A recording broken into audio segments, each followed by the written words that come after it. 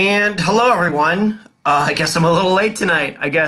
Well, only a minute, but I was actually putting together a humidifier that my dad just bought.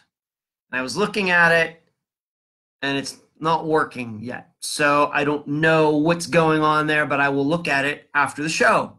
How's everybody doing tonight? It is December 12th, 2018. Hello, Susie and Heather and Anne and Angela and Janet and Elizabeth. Thanks for everyone to be joining in tonight. Kelly, Laura, Carrie. Once again, sorry I'm a little late. Dee Dee getting in at the beginning of the program tonight. Very excited to see that, Dee Dee. Sue, Pamela. Got a lot to talk about tonight, as is usually the case. I have to admit that, let me see if, don't know if there are any questions. Doesn't look like it. So if you've had any questions that you'd like for me to answer tonight, please let me know what those questions are. Of course, on the program, you know that I take a wide range of questions as long as they're PG.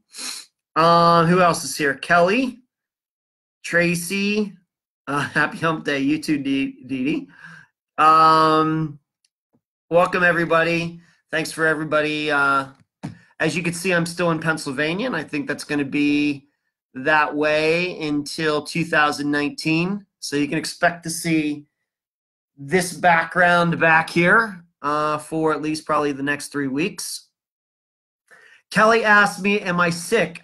Kelly, I have been sick. That's funny. You should ask me that. And my dad is still kind of sick. I've pretty much gotten over what I had, but together we were sick for a couple days. I'm going to guess it started later on Saturday. And I started feeling better probably sometime yesterday. And today I felt a little better. I'd say about 90% now. My voice is still a little rough. But yes, Kelly, a little sick. But my dad's still fighting it, and that's why he went out and he bought 2 humidifiers for the house. 2 room humidifiers, one for the TV room and then one for his bedroom. The one I set up is working. The other one, I'm not sure if it's working or not. Joyce Rivatuza, what's going on tonight? Great to see you. But yes, I have been sick, Kelly, and it's cold up here, and it's very weird to be walking around in a house and the floor is cold. This is this condo where my parents have, now just my dad, is all just one level. So when you're walking on the floor, right below the floor is the ground, and you know how the cold can work its way up. So I end up wearing slippers and all sorts of things I would hardly ever do in Florida. But so there you go. But I think I'm starting to feel somewhat better, and hopefully that will continue. Got a lot to talk about tonight. Let me just see something here for a moment. Want to make sure that I'm not missing any comments, because we wouldn't want that to happen.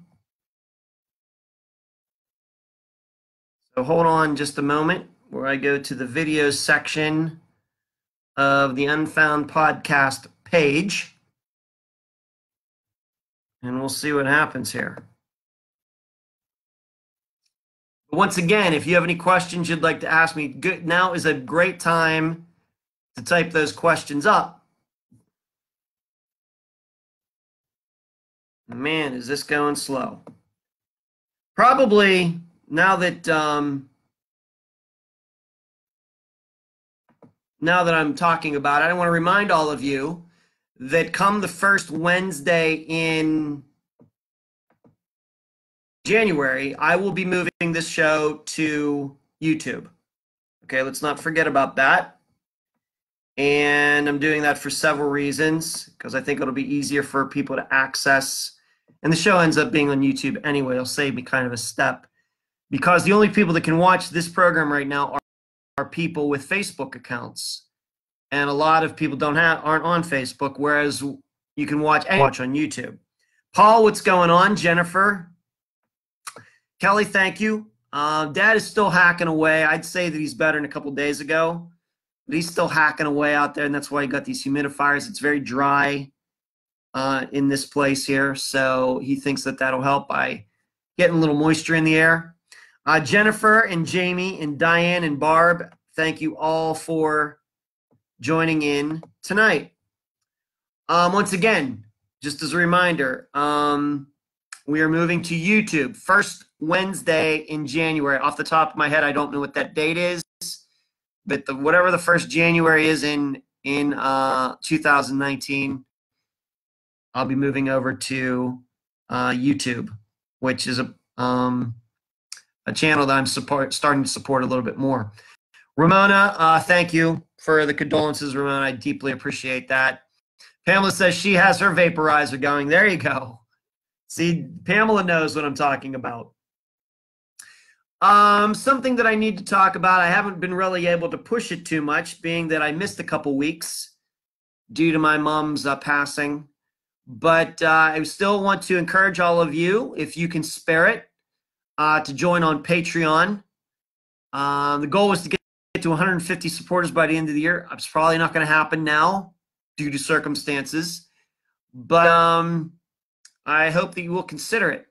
For as low as $2 a month, you will get a free ebook and access to the private blog, the blog that I do for every episode. I write it on Friday mornings before the episode comes out. And then usually I post the blog to the Patreon, the private Patreon page later in the afternoon or maybe on Saturday morning. And it gives you probably a little more of my personal insights into the case. You know, I try to keep those out of the program, of the episodes as much as I can. But on the private blog, I do write about my personal thoughts. Jasmine, hello, Edward. Hello to you. January 2nd is Wednesday. Dee Dee, thank you. So January 2nd, this show will be coming to you from YouTube. So there you go. Michelle, I love the sign there. Rock on. Little Ronnie James Dio, I guess, going on for you, Michelle. Always love to see the horns. Once again, as you can see, I'm still in Pennsylvania, and I will be here till January. So I anticipate the first show that will be on YouTube will have this background. This is the room that is mine in my parents' place. In fact, you can just see my bed is like right over there. That's where I sleep at night. There's a TV right up here, and there's like a console right here, and you can see my microphone. I sit in this chair when I record here in Pennsylvania. You know, as far as the next couple weeks, there will be an episode this Friday. But the next couple weeks, just not really sure. Because of my mother's passing and how I had to put everything to the side, haven't been able to catch up on some conversations. I've had some new talks and everything. Right now, though, I'm not sure I'm going to be able to get an interview done for next Friday, just to be honest with you. I just don't know. Going to work on it, I'm hopeful, but right now, an interview has not been recorded yet for next Friday, which would be December 21st. I'd love to have a show for you. I'd love to have an episode for you. Just don't know. Because you should know last Fridays with Lucas Degerness and then this Friday with Stephen Adams, those interviews I did way back on like November 10th or something like that. And then I didn't get to them because I came to Pennsylvania with my mother, everything else. So those had been sitting around for a few weeks. So I already had the interviews done. All I need is to put everything else that goes into an episode, needed to package it all together. But I have not done any on-the-record interviews for episodes since my mother passed away. But maybe something good will happen. I've been working on a couple cases, and maybe we'll be able to make those happen. But right now, at this second, can't say. John asked me, any Thomas Brown updates? John, I really don't know. I've the last 3 weeks have been a blur due to things going on in my family. Even so, I'm guessing if something big was happening, I think Penny would have contacted me. She hasn't. So I'm going to guess no, but I really don't know. Shannon, what's going on? Pamela says, I'm going to read up on Friday's case, but there's more than one with that name out there. Well, Stephen Adams, the one I'm talking about for Friday, Pamela, is a disappearance that happened in Tahlequah, Oklahoma in 2004. So maybe that'll help. I know the case is on NamUs, and I know that it is on Charlie Project. So maybe those would be the best places to start and go from there, Pamela. So Stephen Mitchell Adams is this young man's complete name, and he disappeared. Actually, coincidentally, I didn't plan it this way, but tomorrow will mark the 14th anniversary of his disappearance. Tomorrow, December 13th. He disappeared December 13th, 2004. So Pamela, maybe that'll help you out with that. So those are some of the intro things that I want to get out of the way. I want to remind you about the books. Actually shipped 4 books to Sweden on Monday. And that was interesting. I had to go to this little tiny post office in Connoquenessing, Pennsylvania. In fact, it's not even open. Only one person works in the post office, and it's closed from noon to 1. And I'm going to guess this is the first time a package has ever been sent to Sweden from that post office. So that was kind of interesting. And it is not cheap to send stuff to Sweden, even books, just so you know. So I've been shipping out. I did bring books with me. Some people I owed books to for a variety of reasons. I've been able to do that while I've been in Pennsylvania. So there's that. And you're going to be getting some ebooks to people. Once again, just been really trying to catch up on some work. I haven't been able to work on volume 5, as you can imagine. So, but that's all going to be changing. I think once I get closer and closer back to normal. I'm still very busy doing things with my dad. Like today, I took a bunch of my mother's clothes to a thrift store, a Goodwill kind of place, bags of clothes and things. So I've been doing a lot of errands for him. I've been filling out a lot of paperwork for him and going through a lot of paperwork regarding stuff that he and my mother owned together. And now she has to get her, we have to get her name taken off some things. So you need death certificates, things like that. I've been working through that stuff with my dad slowly, but surely. So just a lot of things that have been going on that have nothing to do with Unfound. Joyce Rivatuzzo asked me, do you get to discuss any cases with any detectives? Do you get a good vibe? Are they nice to you or polite? Joyce, the only detective that I've talked to, I've talked to private detectives, actually had, 2 on the program so far in 2.5 years, but actually detectives on actual cases that I've covered, not really. I don't talk to detectives because they don't tell you anything. You know that, Joyce. Most of the conversations I've had with people, police people, since I started the program have been very cordial. They've been very nice. But usually when I am talking to them, I'm talking to them about missing persons cases in general. Overall, the way law enforcement looks at them, we don't necessarily talk about certain cases or cases that they have worked on. Okay? So, once again, simply because I'm not convinced if I ever talk to a detective on a disappearance that they're going to tell anything that I don't know already. So there you go. Melody, what's going on? Nicole, what's going on? And Stacy, I see you waving right back at you, and thank you for the condolences, Stacy. I deeply appreciate that. So we got the books. We got shirts tonight. I'm wearing one of my old The Rat Pack is Back sweatshirts that I brought with me from Florida. I used to be the stage manager for that show in Las Vegas. And I've been going through like this same 3 pairs of pants and like 4 the same sweatshirts since I've been here for 3 weeks. However, I kind of packed up very quickly to come up here back, when was it, around November 19th or whatever it was. So don't have a ton of clothes up here. So I've been getting very creative with how I would have been wearing.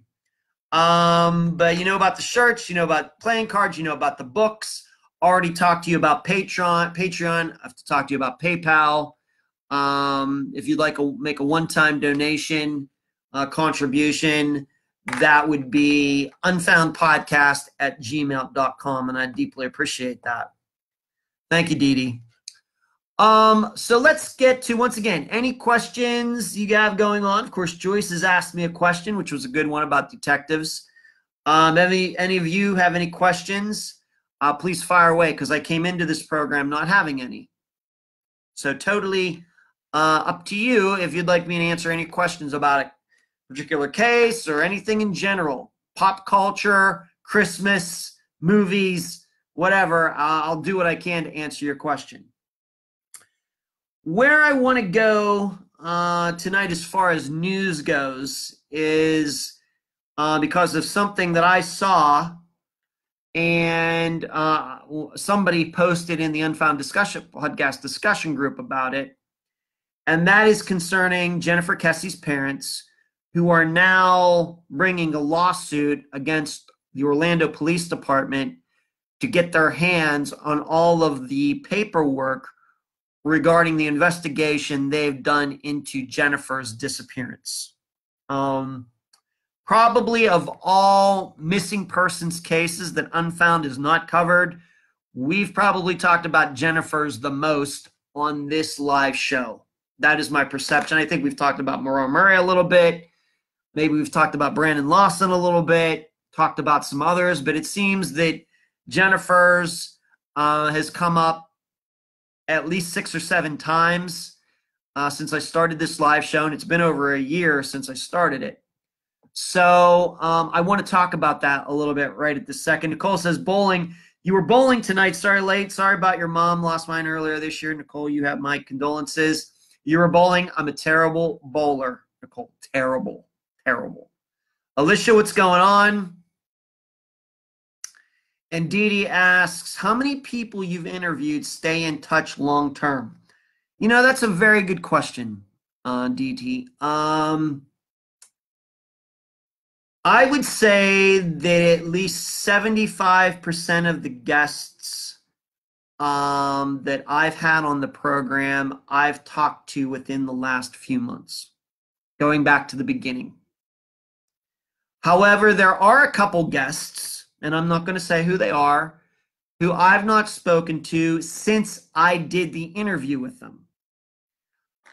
I'm not taking that as a slight or anything else. I don't know what they have going on in their lives.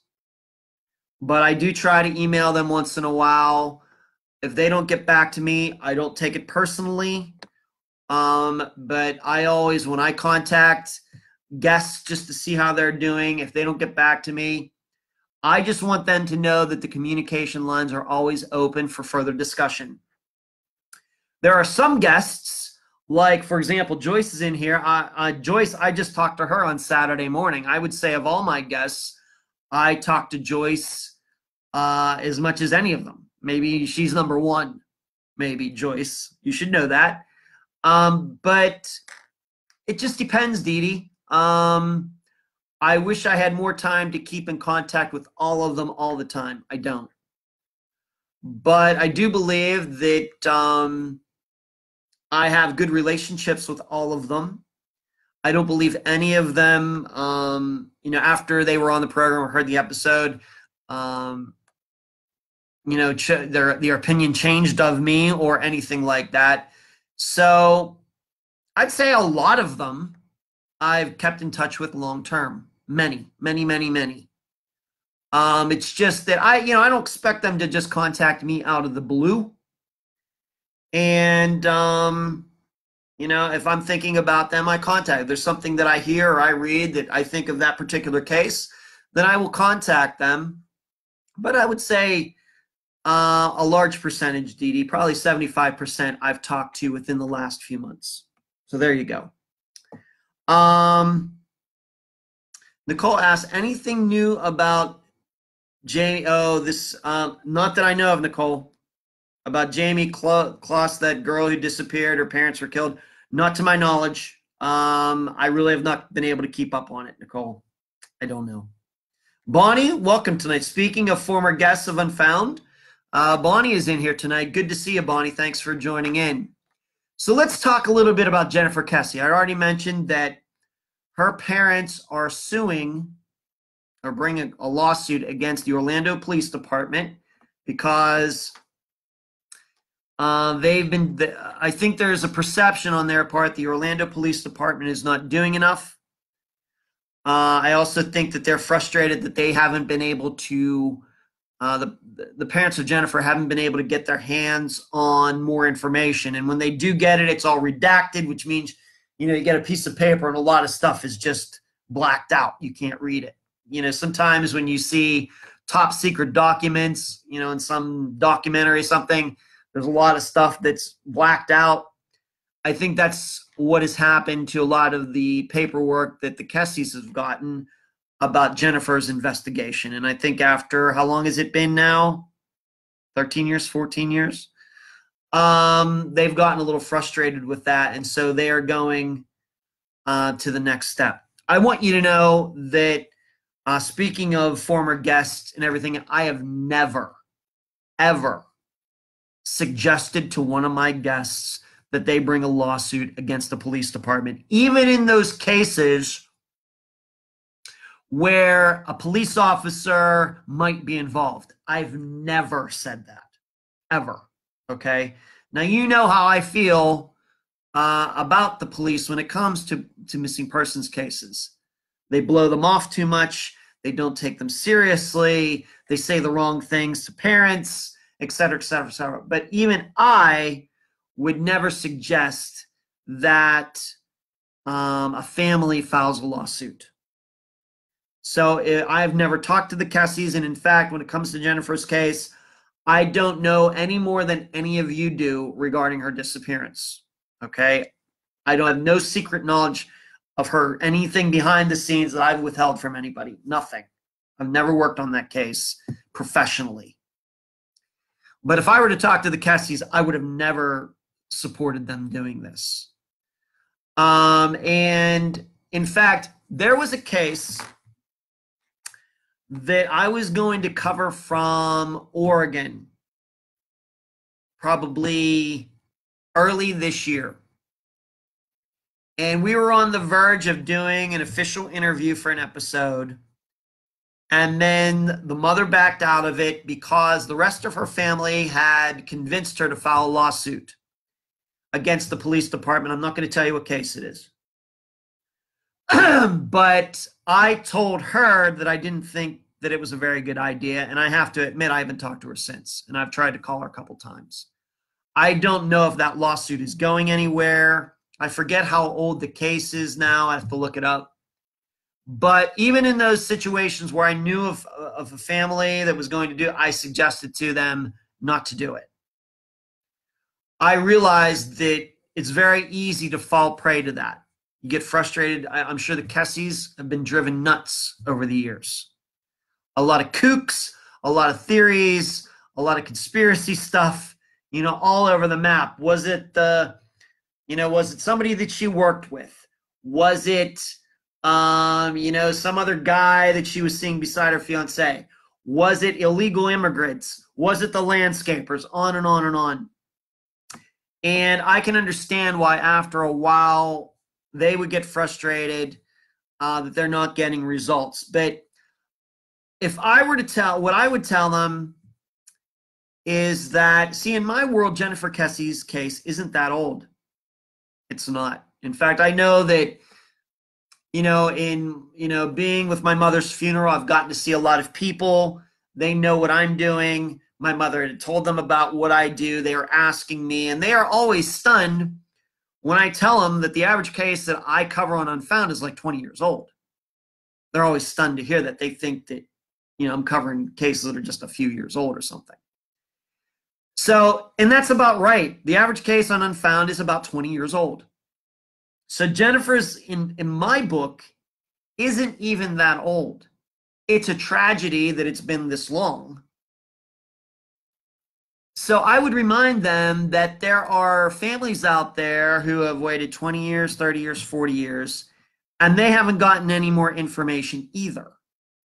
My perception of what I know about Jennifer's case in the Orlando Police Department is that the Orlando Police Department hasn't worked any better or any worse on her case. Once again, way I see it from the outside, knowing as many cases as I do, the Orlando Police Department has not worked any better or worse on her case than any other police department on any other disappearance case I know of. The way Orlando handled it probably is about par for the course. I'm not saying I agree with that, but what I know about it does not sound like there's been anything done that was egregious, that they blew something, they just totally fumbled the ball, to use a horrible cliche, that they've let somebody get away all this time. I don't know anything about that. And in fact, in my world, in the Unfound world, and I'm sure a lot of you know this, there are certainly better suspects in a lot of the cases that Unfound has covered, even within the last few months, than in Jennifer's case. But those cases where there are obvious suspects, those suspects are still walking around free men. To me, those families are the ones who should be really, really, really, really upset. If anybody should be bringing charges against a police department, it should be them. Not the Kesses, where there are a variety of suspects.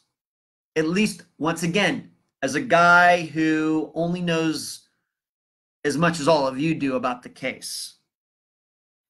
So I just, I think it's a mistake. I think that, and everything, this is also one of the reasons that when I work with the guests that are on the program, and not only, as you know, not only do I interview them for the program, but I give them suggestions behind the scenes on things they can do on their own. This is exactly why I do that.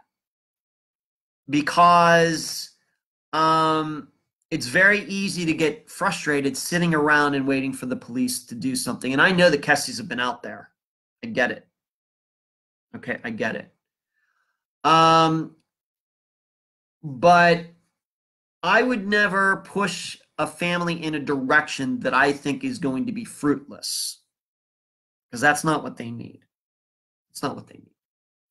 And as Pamela is saying, law enforcement is likely afraid of vigilante justice. That's certainly one part of it, Pamela. Hello, Leslie, and hello, Carrie. Thanks for joining in tonight.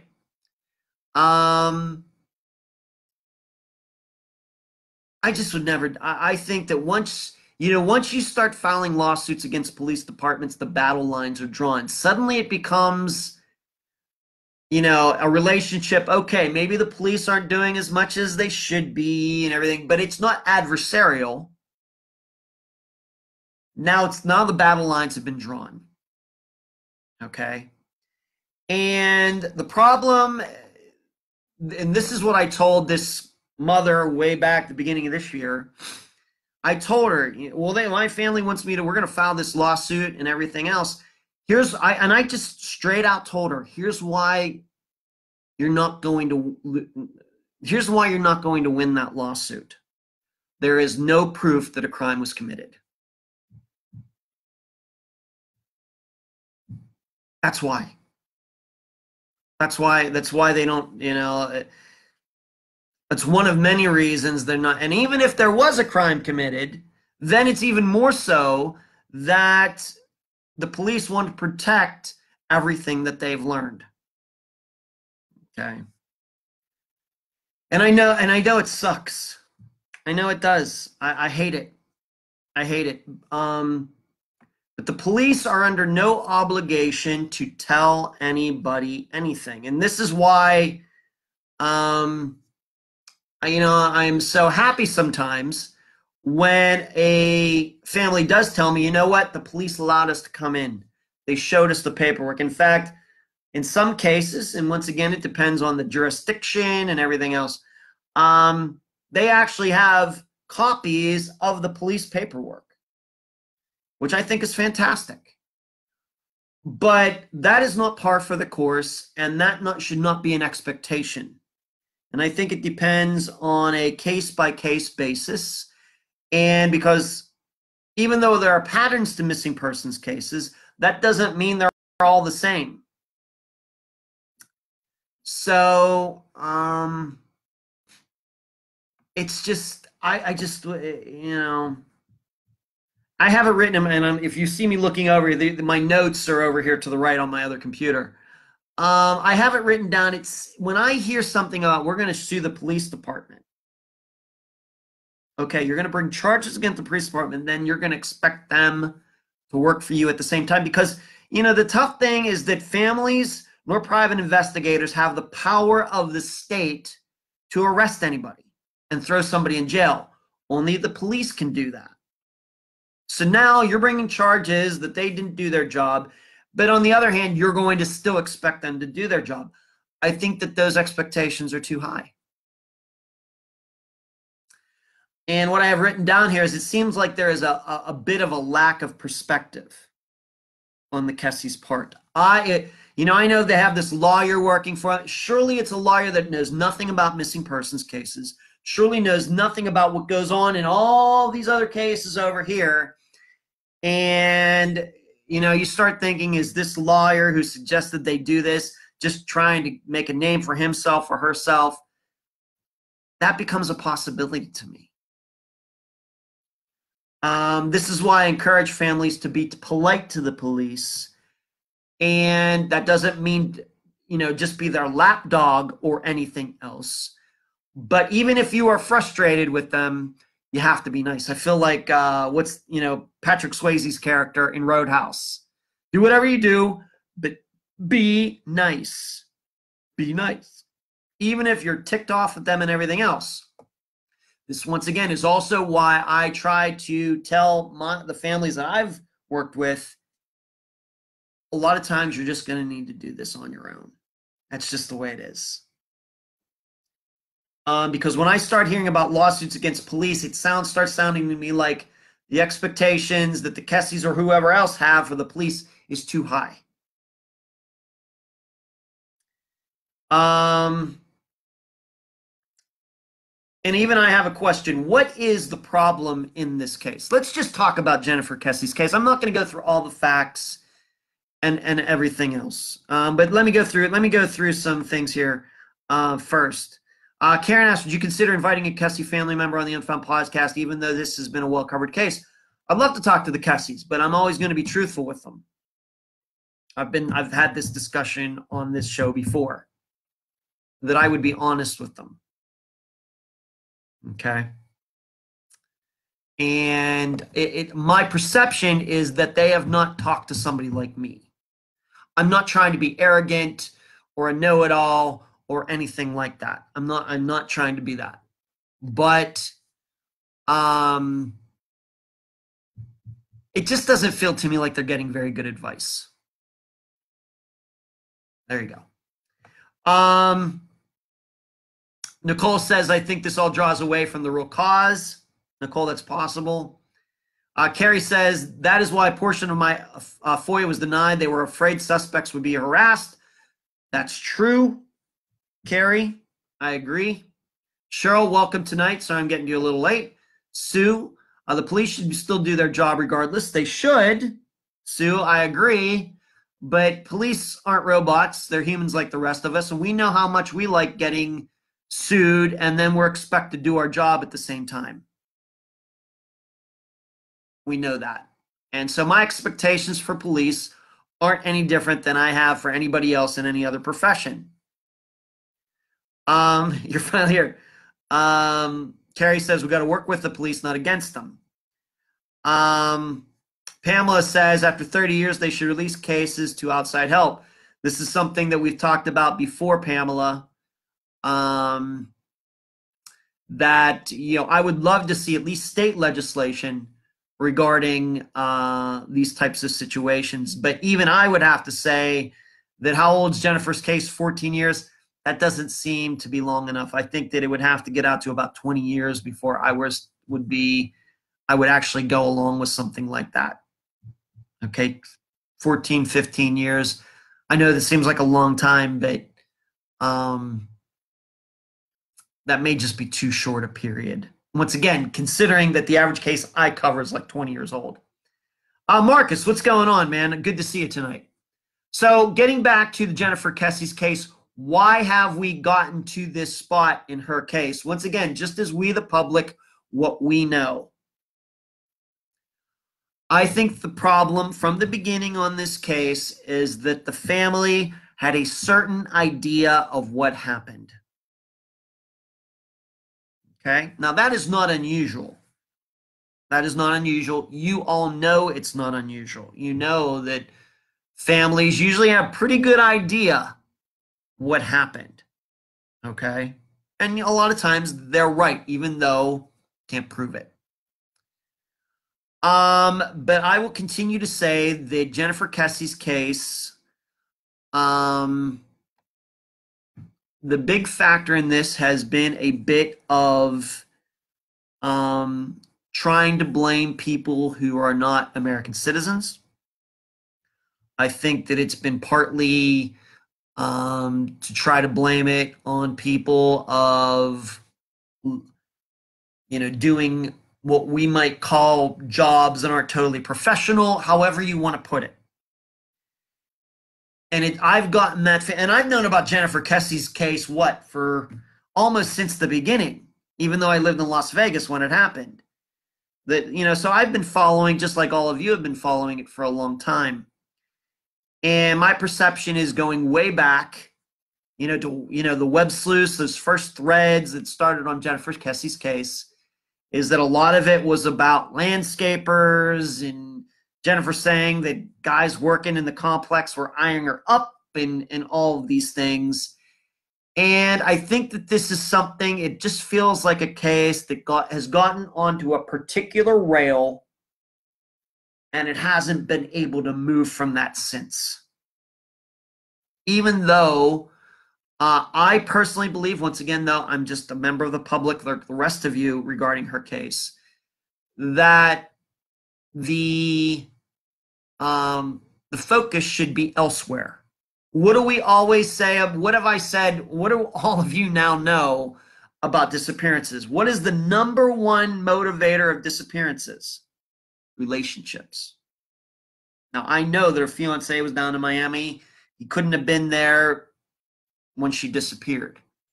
Relationships are the number one motivator. Second, what's second? Drugs. To my knowledge, she wasn't into drugs. Sex can be a motivator. Is it possible that, she came out of her car, her car, and they attacked her? Well, we know what attacks in parking lots of the attacking of women in parking lots look like. Just look at Jody Husentrud's case. We know that happened in that case. Well, you look at the evidence in her case and how everything was strewn all over the parking lot, and you look at Jennifer Kesse's case. If we're to believe that she got attacked coming out, there's nothing in the parking lot. In fact, we are to believe that she got attacked with everything she would have been taking to work that day. It all got put in the car, and then somebody drove her car away with her in it. It's just not, I'm not saying it's never happened. It's just not something that you would automatically default to, but this is the rail that this case has gotten on, and it just can't get off of it. And I think that that's where this frustration is continued to build up, and resentment and everything else, to here we are in late 2018, where the Kesses are now filing a lawsuit against Orlando Police Department, and it's not clear to me that Orlando has done anything wrong. Once again, I don't know what goes behind the scenes, but what I do know is I read a lot of cases like Jennifer's, and at least from the outside, What Orlando has done is no different than what any other police department has done where they have an unsolved missing persons case that's somewhat prominent. So I think that's been the problem. I think that's how we've gotten to this point. Hello, Amy. What's going on tonight? Once again, though, I've never talked to the Kesses. I'm sure if I did, they're going to have a lot of complaints about the police in Orlando. I'm sure they are. But then I would be able to say, well, you know what? Most of the people that I talk to, not in Orlando, have the same complaints you do. Why are you filing charges and they haven't? Why do they have decent relationships with the police departments in areas and you don't? These would be interesting questions. I know they're frustrated. I know they're sad, they're depressed, they're angry, everything that goes along with having a missing child. But once again, my experience, I've not been doing this as long as as Jennifer has been missing, but I think that I've caught up pretty fast. And I think that the guests who have been on the program know that I've learned a lot of stuff from them, and I continue to learn, and I'm not trying to be a know-it-all. But I would have never suggested they do this. Would have never done that.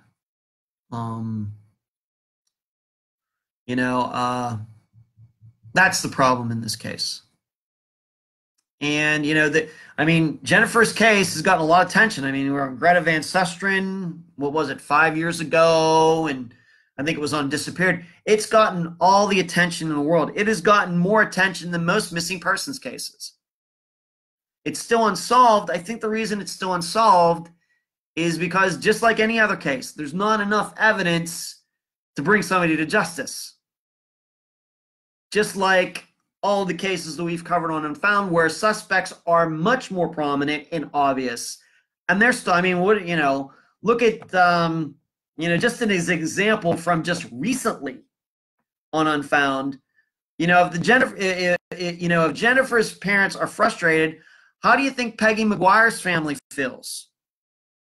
That's a case we covered back at the beginning of November, where it's pretty obvious that the man in her life did something to her, and he's walking around a free guy. This is from Eufaula, Oklahoma. How do you think they feel? So, love to talk to him. Carrie says, I think you're spot on with it. Carrie, thank you. I'm not saying all of you have to agree with me. I love the back and forth and the discussion and everything. I'm not expecting you to be mindless automatons. I don't want that. But it's something that we need to talk about, and it's something that I think the public needs to understand. Because I think too many in the public will look at this case and say, yeah, that's what they got to do, those police there. And that's just not how things work. It's just not. Cherie, what's going on? Good to see you tonight, Shaney. Carrie says it's not solved because last piece of puzzle just hasn't shown yet, sadly. Yeah. I continue to believe, if everybody, I don't know if any of you have heard me on my theory before, I think she disappeared the night before. I think there are a lot of reasons to believe that after she had that conversation with her fiance that Monday night, that she went out. I think there's a lot of proof of that, mainly being that she turned her phone off that night and never turned it back on again. I never turned my phone off. Now, granted, it's 14 years later. This is before iPhones and everything. But even back then, I never turned my cell phone off. People who turn their cell phones off, she was a young businesswoman in real estate or whatever she was doing. Those types of people, my perception, never turn their phones off. She turned her phone off the night before. Usually when people do that, means they don't want to be contacted. Moreover, if she did get up the next morning and got ready for work and was walking out to her car and got attacked, you're telling me she went that whole morning getting dressed, checking out her outfits, taking a shower, whatever else, and never turned her phone back on? Okay. So Carrie says, so this is why I believe that it happened on Monday night. I'm going to continue to say it again, even if the Kesse see this. They don't like talking about that because it means something. And it could mean that Jennifer actually had another man in her life besides her fiance. I'm going to continue to say that until somebody proves me wrong. Because once again, relationships, number one cause of disappearances, always. Jennifer was living on her own. She was, 3 or 4 hours from her fiance. Attractive, friendly, outgoing. And women like that, no offense, I'm not trying to be a sexist or anything else. Those types of women have a lot of choices in men, even if they have a fiance. So there you go. So that's that. I would have, I will never say, and this even, you have to, being that I'm somewhat involved in the Thomas Brown case, having covered it and discovered some things, I would never even tell Penny Kendall Brown, Thomas's mother, to sue Hemphill County. What did she do? She got a petition made to get Nathan Lewis taken off the case. That was successful. These are the things that I would tell the Kesses to do. You don't like the Orlando Police Department? Well, maybe the Florida State Police need to come in and get Orlando kicked out or something else, instead of filing a lawsuit against the Orlando Police. Just a suggestion. Shaney says, I don't think it was her that turned the phone off. It's possible.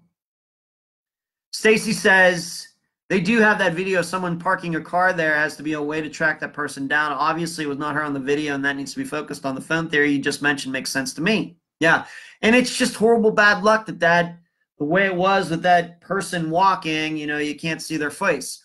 Horrible, horrible bad luck. Is bad luck on a videotape that I've ever seen in a case.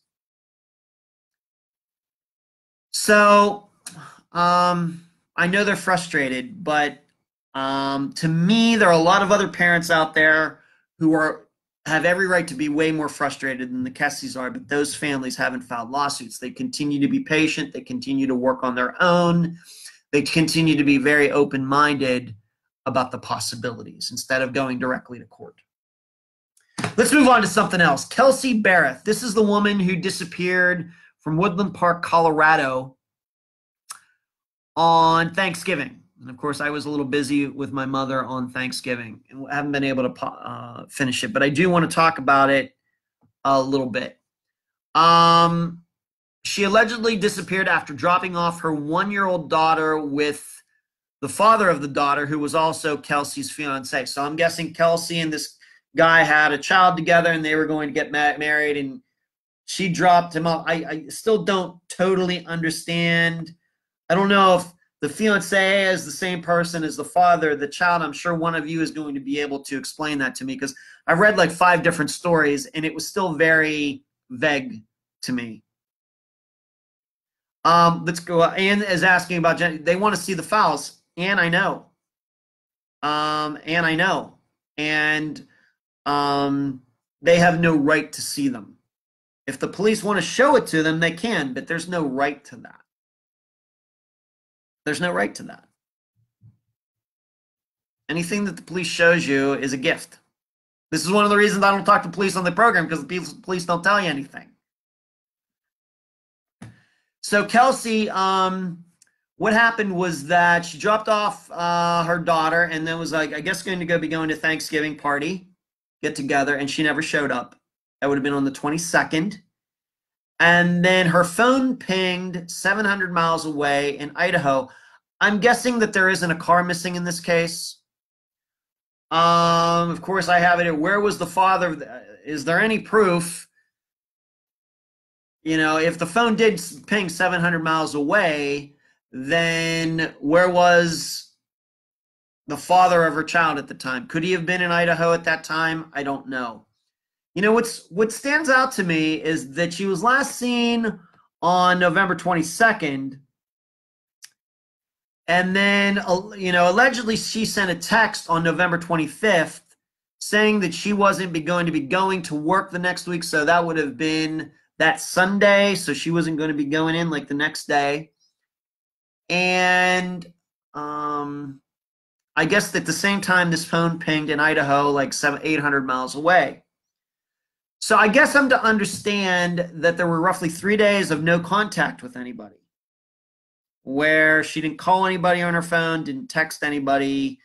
Did she have a Facebook account? Those are all questions that would be interesting to me. Did she access any of her accounts during that time? Does she have any connections to Idaho? Does she know anybody there? Once again, in what I've seen, I don't know that. I'm going to sure some of you are going to tell me some answers right now. Carrie said, it sounds like Kelsey and the baby's dad recently broke up. Well, that's a horrible sign, Carrie. And Carrie says her car was in her driveway. That's also a horrible sign. What's weird to me, though, is that she was supposed to go somewhere to Thanksgiving, but her family didn't file a missing persons report for 10 days. That seems a little long. In fact, I am sure that is a lot longer than the average span it has taken for families to file missing persons reports in the cases that Unfound is covered. Granted, it's not usually a day. Maybe the average is like 2 days or 3 days. So waiting 10 days to file a missing persons report is odd. I'd want to know a little bit more about that and why that happened. There's probably a reason. I just don't know what it is. You know, usually if somebody's supposed to show up somewhere and they don't show up, especially if it's a young woman who has a child, family's going to call. If she doesn't answer, they're going to start poking around and say, well, maybe she got sick. Maybe this happened. And then when they don't hear from her a couple days, then they go file a missing persons report. Well, this is 10 days. I don't know why that is. You know, and I know that what's going on, Kelly? We have a couple Kelly. We have like 3 Kellys in this show. Right, great. Becky says, I bet someone else sent those texts. Becky from Kelsey's phone. Becky, unfortunately, I'm going to have to agree with you. Cheryl says she supposedly has relatives in Gooding, Idaho. Well, I'm guessing that, Cheryl, I didn't know that, and thank you for that, but I'm guessing she didn't show up at any of those places, or this case, you know, might be solved. So, I don't know. You know, and before we start saying, well, the fiance did it, the guy did it, perfectly reasonable. Relationships, I already brought it up once before with Jennifer's case. Relationships, #1 motivator. But we also have to remember that holidays are a very stressful time. And of course, suicides, the suicide rate does go up around holidays, especially Thanksgiving, Christmas. It's a very stressful time, especially if maybe you're having some money problems, can't buy presents for people, or people who live far away from their family and can't get back. And the way I am, I'm not like that, but a lot of people are, and they get depressed. And, you know, was she feeling like this? It's possible. I'm more inclined to believe that something happened to her of a felonious nature, but I'm not going to rule out that, you know, did she do something? Did she leave her car? Did she jump on a bus or something like that, instead of going to Thanksgiving dinner just because she was depressed or something? I don't know. But I will continue to keep eyes on this. You know, the real question is, how did her phone get 800 miles away? That's you know, and especially if she didn't have a car. Did she ride a bus? Did somebody take her phone and drive it up there? Well, who would that be?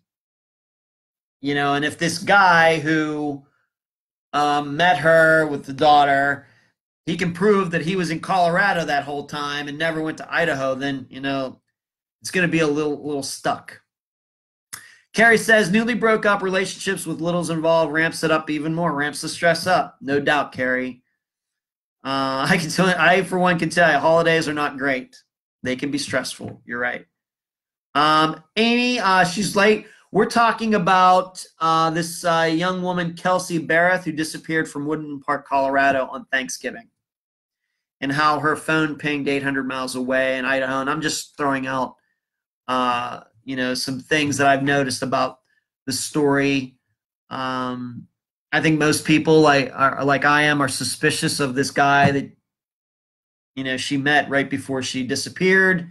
Perfectly reasonable. I'm just trying to figure out if it could be something else. I really cannot make a prediction at this time whether that's a case that's going to be solved quickly or anything. It's hard to say at this point. I would certainly have to talk to some people in Kelsey's family and learn a little bit more about the guy and a little bit more about her and what her plans actually were for Thanksgiving and everything before I could make a determination on that. So there you go. I wanted to talk about that a little bit. One more thing I want to talk about before I talk about this week's case is the fire in California that was called the Camp Fire, where all of these people, it was the largest fire, most expensive fire, most damaging fire in California history from Northern California. You will remember that at one point there were like 800 people missing. And I am very glad to say that missing person, I think 80 some people got killed in that fire. I think it was something like that. But you should know that now there are only 6 people who are officially missing. And this just shows you, because I remember when, I had read a few places and comments, the news I was reading about the campfire, all these people, 1,000 people, oh my gosh. And I said that number's going to come down. It just is.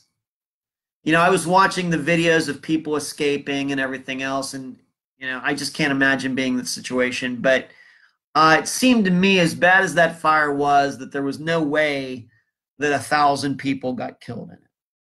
I can see the number that it was, but 1,000 people I just couldn't see it. There were too many people in cars, too many people driving away and everything for me to believe that 1,000 people got killed. And I'm of course glad that didn't happen. But there are only 6 people as of tonight who they haven't been able to find yet. So this just shows you one of those media things that I get upset on, the sensationalism of it all. And they're saying it could be 1,000 people. This just shows you that these people who are doing the reporting on this stuff, they'll say anything. They'll say anything. They'll never say, I fully expected that number to come down. Why didn't they? I don't live in California. How did I know that? I don't know. It just ticks me off. I hate the sensationalism of all of this when it comes to serial killers and deaths and disappearances and everything else. I hate the sensationalism that seems to be so infused in how all of this is reported. That's why I try to stay away from it on Unfound. Stacy says the boyfriend issues a statement through a lawyer is cooperating, yet it is her brother who is holding visuals and coming through her things and states nothing is gone but her purse. I know what I'm thinking. Well, Stacy, I know what you're thinking too, and it's probably what I'm thinking, but just have to keep maybe our options a little open at this point. It just, you just hope that she is alive somewhere, but I guess it's not looking too good for Kelsey. But I continue to have hope. So let's get to this week's case. It is the disappearance of Steven Adams. He disappeared. Coincidentally, it's going to be 14 years tomorrow that he disappeared from Tahlequah, Oklahoma in 2004. He disappeared on December 13th, 2004. And the title of this episode is One Way Trip. Just the general facts of the case are that Steven was going to school. He had a job. He was a divorced father. He and his ex-wife had been to custody court several times, back and forth for a lot of different reasons. There were charges brought against Steven by the ex-wife and her family that he had abused their daughter. That was something that was never proven. In fact, Steven was found to be not guilty regarding that. And what happened on the day that he disappeared was that he had gone to class, taken some finals. Of course, it's December. And I think the plan was for him to go back to his apartment. Well, the belief is that he got back to his apartment, but then when his new girlfriend, called him later, he picked up the phone and told her that he was headed toward Keys, Oklahoma, which is south of Tahlequah, and he was giving somebody a ride. Never mentions if the person he's giving a ride to is a man or a woman, doesn't say how he ran into this person, didn't give a name, nothing. And what happened was that because of the area, the call got cut short because of reception in the area. Stephen was never heard from again. His truck has never been found. The interview for this episode is with his mother, Deanie. Yes, Deanie, D-E-E-N-I-E, Adams. But I also got to talk to Stephen's father, Carl, who was very helpful. A lot of information in this case. A lot of names. And you know what's been interesting for me in this case is that I've known about Stephen's disappearance for a long time. For some reason, I don't know why it is, because my perception, it's not a really, really well-known case. I've never lived in Oklahoma, but I've known about it for some reason. And so it was finally good to be able to cover it and talk to his parents. Right about now, you're probably saying, well, it sounds like maybe the ex-wife's family could have said something to do with it. Well, we're going to present the facts on the case. It's a great interview. It's going to be an episode that's about 2 hours long, something like that. And you'll get to make that decision for yourself, because Stephen was in his truck driving somebody somewhere, never came back. And a lot of interesting characters in this case. And once again, going back to Jennifer Kesse, surely in this case, the parents of Stephen Adams have much more to be upset about regarding the investigation of Stephen's disappearance than the Jennifer's parents do in hers. If we're going to start comparing police departments and cases and what's been right and what's been wrong, I think in Stephen's case, you're going to find you're going to be very frustrated, much more than the frustration you may feel if you know anything about Jennifer's case. So that's the case for this Friday. It's called One Way Trip because I think the plan for Stephen was for him to drive this person somewhere and then come back. Never came back. So there you go. Carrie says, sadly, that accusation is made a lot in child cases. Child molestation, sexual abuse. Carrie, yeah. I don't even have any kids. I've never been married. And yes, even I know that. So yes. Right. So this Friday, the disappearance of Stephen Adams, December 13th, 2004 is when he disappeared from Tahlequah, Oklahoma. The interview will be with his mother, Deanie. And like I said early in the program, I'm still working on next week's episode. I don't know if it's going to happen or not. And once again, this is a factor of all of the things that have been going on in my personal life with my mother and everything else. These two cases that I was able to get out last week and then Friday were interviews I did before my mother passed away. So there you go.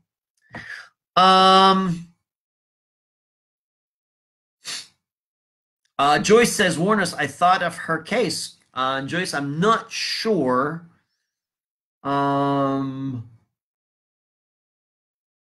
What you're talking about, Joyce. Whose case? Warn us. You're going to have to explain a little bit more on that, Joyce, and you have a few minutes to do that. But so tonight, going back to the beginning, if you missed the beginning of the program, I want to remind everybody that the first Wednesday, which Dee Dee told me is January 2nd, this program will be moving to YouTube for sure, 2019. I'm doing that because to access this program now, you have to have a Facebook account. Whereas to access on YouTube, anybody can find it. So I hope to get a lot more viewers and get more attention for this. Patreon. Are you a Patreon supporter? You can be it for $2 a month. That's it. $2 a month. And if you aren't one, I hope that you would consider it. If you are a Patreon supporter, then get a friend that's into true crime. $2 a month. I deeply appreciate it. As you can see, I'm still in Pennsylvania and we'll be here till January. News, we talked about Jennifer Kesse and how her family is suing the Orlando Police Department to get their hands on all of the records, that all the work that Orlando has allegedly done or not done on Jennifer's case. Talked about this young woman, Kelsey Berreth, disappearing from Woodland Park, Colorado on Thanksgiving. And we talked about the Camp Fire, on how the missing persons number has come way down in that fire to the point that it's only 6 people now. Oh, Eileen Wernos. Oh, Joyce, I understand. Yeah, she got a ride with men from all over, killed them to rob them. Yeah. That's true. That's true. In fact, there is an unsolved murder, not a disappearance, but a murder in the Tampa area that they've tried to pin on Eileen Wernos for years and never been able to do so. It looks like something that she would have done. She would have been active at that time in that area, but they've never been able to pin it on her. And I'm going to have to look that up. So maybe if I do, I will post it in the private group so all of you can do that. Amy says, you're praying for me. Thank you, Amy. Paula says, can't wait to listen Friday. Thank you. Carrie says, here's a Patreon supporter for anybody that's watching this, whether live or on YouTube later. Carrie is saying that the $2 she spends on Patreon for, she got a free ebook and then she gets the free blog. It's the best $2 she spends every month. What better marketing is that? Thank you, Carrie. Thank you. Well, I'm going to go. It's been a great night. Thank you for all for tuning in. I hope that you're getting all your Christmas shopping done. And I hope the rest of the week is a great time for you. And you will hear me on Friday with my interview, Stephen Adams' mother, at 2 p.m. Eastern on Friday. It's been a pleasure talking to all of you. And I will talk to you again real soon. Thanks for everybody. Thanks, everybody, for tuning in. My favorite time of the week. I cannot thank you enough. Good night.